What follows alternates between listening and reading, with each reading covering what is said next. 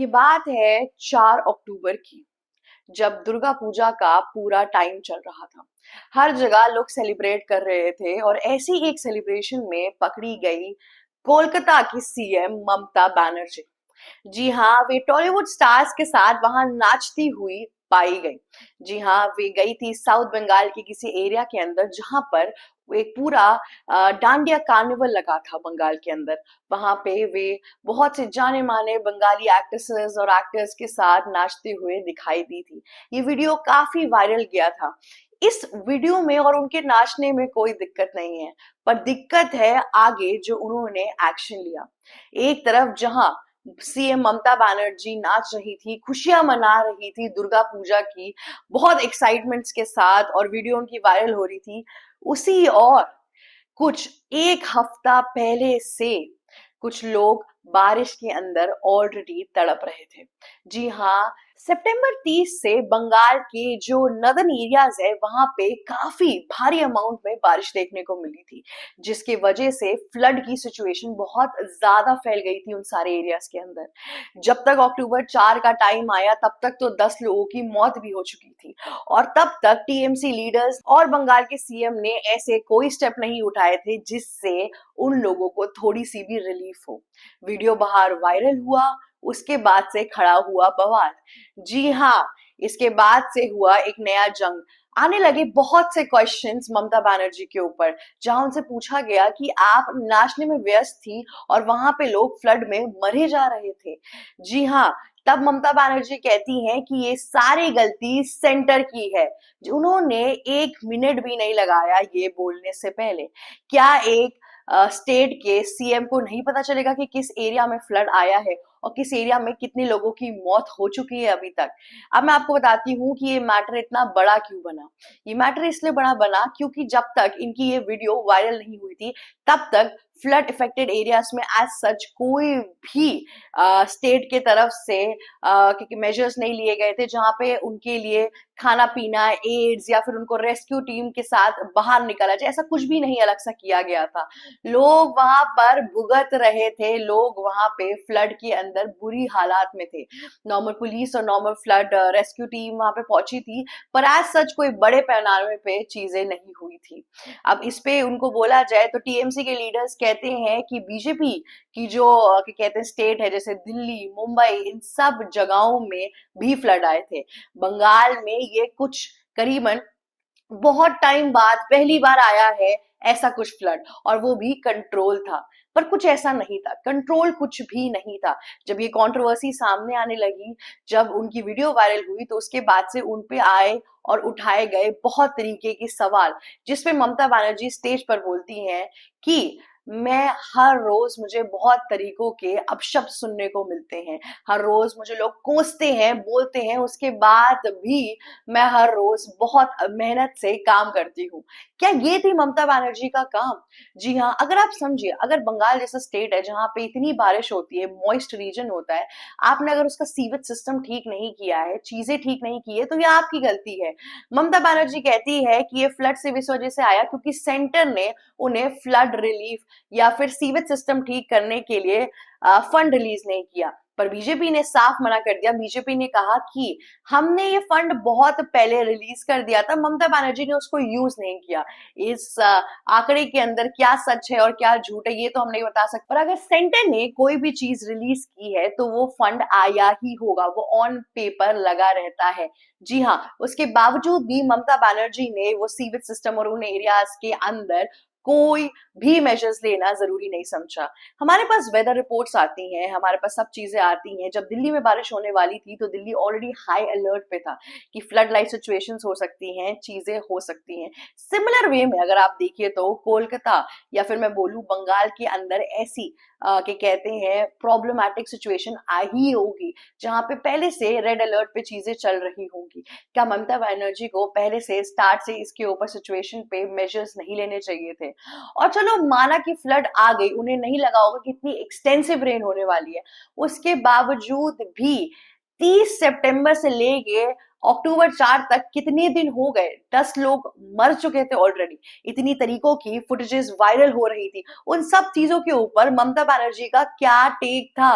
वो किसी गरबा फंक्शन में जाके ये कहती हैं कि अरे ये सारी गलती सेंटर की है, मुझे लोग हर रोज कोसते हैं, मैं फिर भी काम करती हूँ। अरे आप अपनी सफाइयां मत दीजिए ना, काम करिए वहां पर जाकर। जब हमने थोड़े और फैक्ट चेकिंग जोन में हम गए कि क्या और कैसे हुआ, तो हमें पता चला कि कैसे नदन एरिया जो कहते हैं आपका बंगाल का है, वो भूटान के एरिया से जुड़ा हुआ है। वहां पे एक्सेसिव वाटर फ्लो आता है उनको भूटान की तरफ से, जिसके वजह से बंगाल के अंदर इतनी डिस्टरबेंस देखने को मिली, जिसकी वजह से ये प्रॉब्लम आई। चलो ठीक है, ये मान लिया, पर आपको ये सिचुएशंस तो पहले से ही पता होंगी ना, इस पे कोई एक्शंस लेना इंपॉर्टेंट है। जब उनके ऊपर पूरी कहते हैं फ्लैश लाइट आ गई, जब वो पूरी तरीके से सुर्खियों के अंदर आ गई और बीजेपी और सेंटर ने उनके ऊपर काफी हद तक दोषारोपण कर दिया। जैसे संबित पात्रा का स्टेटमेंट आया था कि ये कार्निवल में नाच रही है, जबकि फ्लड में लोग वहां पे मर रहे हैं। जब पूरा स्कैंडल बन गया, तब ममता बनर्जी उठी और ममता बनर्जी फिर गई लोगों से मिलने के लिए। उन्होंने 1 लाख तक का कॉम्पनसेशन दिया और ये मैटर इतना बड़ा बन गया कि बंगाल की हिस्ट्री में अगर आप देखेंगे, कभी भी किसी फ्लड डिफेक्टेड एरियाज के अंदर ऐसा नहीं होता कि अगर आप फ्लड से सफर कर रहे हैं तो आपको एक गवर्नमेंट जॉब भी मिलेगी। इसमें उन्होंने वादा किया है कि आपको एडमिनिस्ट्रेटिव पावर के अंदर कोई ना कोई जॉब मिलेगी ही मिलेगी। जिनकी भी फैमिलीज ने अपने बच्चों को या किसी को भी खोया है फ्लड में, क्या आपने ऐसे कोई प्रावधान जल्दी बंगाल के अंदर सुने हैं? क्या ममता बनर्जी को कभी भी आपने इतना दिल फेक होते हुए दिखा है, कितने पैसे, इतनी चीजें और ये सब देते हुए? ये जो पूरा क्या कहते हैं उन्होंने कॉम्पनसेशन देने की कोशिश की है, ये साफ साफ एक दिखावे के रूप में सामने आ रहा है। अगर ये चीज उनके डांसिंग वीडियो के वायरल होने से पहले वो करती तो फिर भी एक सेंस देता, एक ह्यूमैनिटेरियन और एक बड़े लीडर की पहचान होती।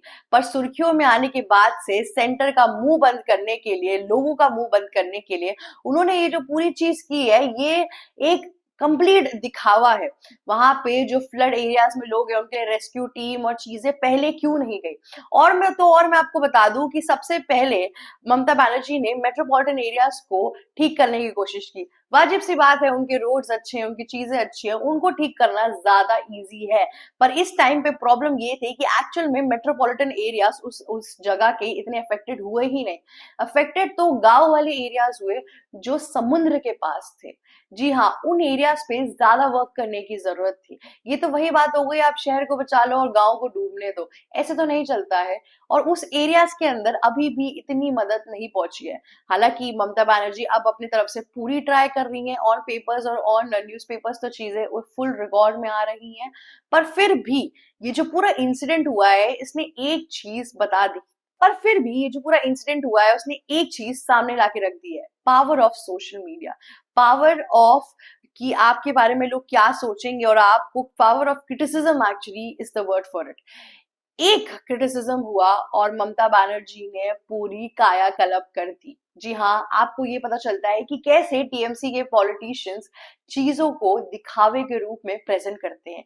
ये एक बहुत एप्ट एग्जांपल है कि एक पॉलिटिशियन कैसे एक्टिंग करता है, कैसे वो अपना वोट बैंक भरना चाहता है या फिर वो जेन्युइनली लोगों की केयर करता है। यहाँ पे ममता बनर्जी ने अपना जो डिफरेंस था वो कंप्लीटली स्टेट करके सामने रख दिया कि भैया जब उन पे सवाल उठे तब वो उठी, तब वे गई चीजों को ठीक करने के लिए। उसके पहले उनका कोई एक्शन नहीं था, वो कार्निवल में आराम से नाच रही थी, एंजॉय कर रही थी। देखिए दोस्तों, मैं नाचने और एंजॉय करने के बिल्कुल खिलाफ नहीं हूँ। एक ह्यूमन लाइफ है, आपको सब चीज करना अलाउड है। पर आपके प्रदेश के अंदर अगर आप कह रहे हो कि कभी फ्लड आया ही नहीं इतना, उसके बावजूद भी एक फ्लड लाइक सिचुएशन आई है, तो ऑब्वियसली वो डिवास्टेटिंग तो होगी। ऐसा तो है नहीं कि वहां पर अगर 10 लोग मरे तो आपके पास रिपोर्ट ही नहीं आए कि वो लोग मरे नहीं है। ये सब तो एकदम ही अलग सी बातें हैं। ये जो पूरा बंगाल के अंदर फ्लड आया था, ये सिचुएशंस तो बिल्कुल ही हाईलाइटेड होगी न्यूज़पेपर के अंदर, मीडिया के अंदर, हर जगह इस चीज की चर्चा हो रही होगी। अब अगर आपके देश में या फिर आपके स्टेट के अंदर कभी साइक्लोन नहीं आया, एकाएक साइक्लोन आएगा, तो आपके स्टेट के अंदर सबसे बड़ी न्यूज तो वही होगी ना। तो मैम ममता बनर्जी के कानों तक बात नहीं गई, ऐसा हम बिल्कुल भी भरोसा नहीं कर सकते हैं कि एक सोची समझी नेग्लिजेंस था। जी हाँ, उन्होंने सोचा चीजें इतनी ज्यादा आगे नहीं बढ़ेगी, पर बीजेपी ने इस मैटर को बहुत तरीकों से ग्लोरीफाई किया और करना भी चाहिए, क्योंकि ये है बहुत ही शर्मनाक काम। एक ग्रेट लीडर, एक सीएम को सिर्फ इसलिए बनाया जाता है ताकि वो लोगों की सेवा कर सके। और यहाँ पे लोग मर रहे थे, खाने पीने के लिए चीजें नहीं थी। एक फ्लड से कितनी सिचुएशंस खराब होती हैं, ये तो आप सबको पता है। न रेस्क्यू टीम पहुंची थी ढंग से, न डॉक्टर्स थे, न कुछ था। जिन लोगों की बॉडी बही, उनको तो वो बॉडी मिलने भी नहीं वाली है। इस टाइम पे जगहों को वेकेट कराना चाहिए, चीजें करानी चाहिए। अब देखिए, जैसे मैं आपको एक चीज बताती हूँ। अगर आपको पता है कि कोई जोन रेड अलर्ट एरियाज के अंदर है, आपके पास पहले से ही रिपोर्ट्स आ गई होंगी। अब एक सीएम के पास ये रिपोर्ट ना आए, ऐसा तो बहुत ही ज्यादा फिर पूरे के पूरे उनके गवर्नमेंट की ही एडमिनिस्ट्रेशन और गवर्नमेंट की ही एक तरीके से लैक है। पर आपके पास रिपोर्ट्स आ गई, राइट? अब आप उस एरिया से लोगों को जल्दी भगा देते या चीजें कर लेते, आपको कुछ ना कुछ रेस्क्यू के लिए करना होता, पर आप अपनी चीजों में पीछे हट गए। जी हाँ, आपने उस चीज को इतना सीरियसली लिया ही नहीं, जबकि वो सीरियस लेने वाली सिचुएशन थी। अब देखना ये है कि आगे चीजें कैसे होंगी। ममता बनर्जी ने बीजेपी को बिल्कुल ही एक डायरेक्ट नोशन में साधा। जी हाँ, उन्होंने साफ साफ बोला कि ये पीएम नरेंद्र मोदी की भी एक गलती के वजह से हुआ है। सेंटर ने हमें फंड रिलीज नहीं किया। सेंटर को हम इतने टाइम से बता रहे हैं कि हमें भूटान वाले एरिया से वाटर डिस्प्यूट के चक्कर में एक्सेसिव वाटर इस साइड पे हमारी घाटी के साइड पर आ रहा है, पर उसके लिए कोई कदम नहीं लिए जा रहे हैं। और तो कुछ नहीं, ममता बनर्जी ने ये भी बोला कि ये सब आधी चीजें सेंटर की गलती है। हम तो बहुत टाइम से उनको चीजें बोल रहे हैं, पर हमारे लिए वो चीजें कर ही नहीं रहे हैं। तो इन सब चीजों के बाद से उन्होंने अपना पल्ला झाड़ लिया, पर ऐसा कुछ भी नहीं है इतना। मे बी नेग्लिजेंस कि कहते हैं इन सब चीजों की वजह से भी हुई, पर उनका जो मूल सिद्धांत था वो यही था कि उनको सिर्फ और सिर्फ बीजेपी को इस टाइम पे या सेंटर पे सारी की सारी ब्लेम लानी थी। जबकि तुम्हारी स्टेट में इशू आ रही है तो वो तुम्हें देखना है। तुम्हारे पास फंड आ चुके थे, तुम्हें उस चीज की तैयारी करनी थी, तुम्हें उसके लिए मेजर्स लेने थे। और अगर 30 सितंबर से हैवी बारिश होना शुरू हो गई थी, तो 3-4 दिन में तापमान तो समझ में आ ही जाता है, एक वाटर फ्लो समझ में आ जाता है, चीजें समझ में आने लगती हैं। तब जो मेजर्स देने चाहिए थे वो क्यों नहीं लिए गए? वो तो एक सोलली स्टेट का काम है। अब सेंटर हर जगह आके थोड़ी ना घुसेगा कि तुम्हारे के कहते स्टेट के अंदर छोटी सी जगह पे बाढ़ आ रही है तो उसपे सेंटर थोड़ी ना आएगा, वो तो फंड्स के लिए आएगा ना। पर इतना फंड तो स्टेट के पास होता है ऑलरेडी कि वे अपनी चीजों को ठीक कर सके। स्टेट बॉडी को रखा ही क्यों गया है? इसीलिए रखा गया है ताकि छोटे गांव कस्बे इन सब चीजों की अच्छी से केयर हो सके, क्योंकि सेंटर एक साथ इतने लोगों का या इतनी जगहों का ख्याल नहीं रख सकता है। जी हाँ, ये तो पॉसिबल ही नहीं है प्रैक्टिकली। लेकिन ममता बनर्जी की इस एक चूक ने हमें बता दिया कि किस किस्म की पॉलिटिशियन है वो। दिखावेबाजी वाली एक जो उनका नोशन है वो इस बार बखूबी सामने आता हुआ दिख गया। जी हाँ, आज के लिए बस इतना ही। अगर आपको ये वीडियो अच्छी लगी तो लाइक, शेयर, सब्सक्राइब और कमेंट करना मत भूलिएगा, और जाने से पहले बेल आइकन जरूर हिट कर दीजिएगा। Thank you so much for watching us. ABC Hindi news, आज ही जुड़िए हर खबर के साथ।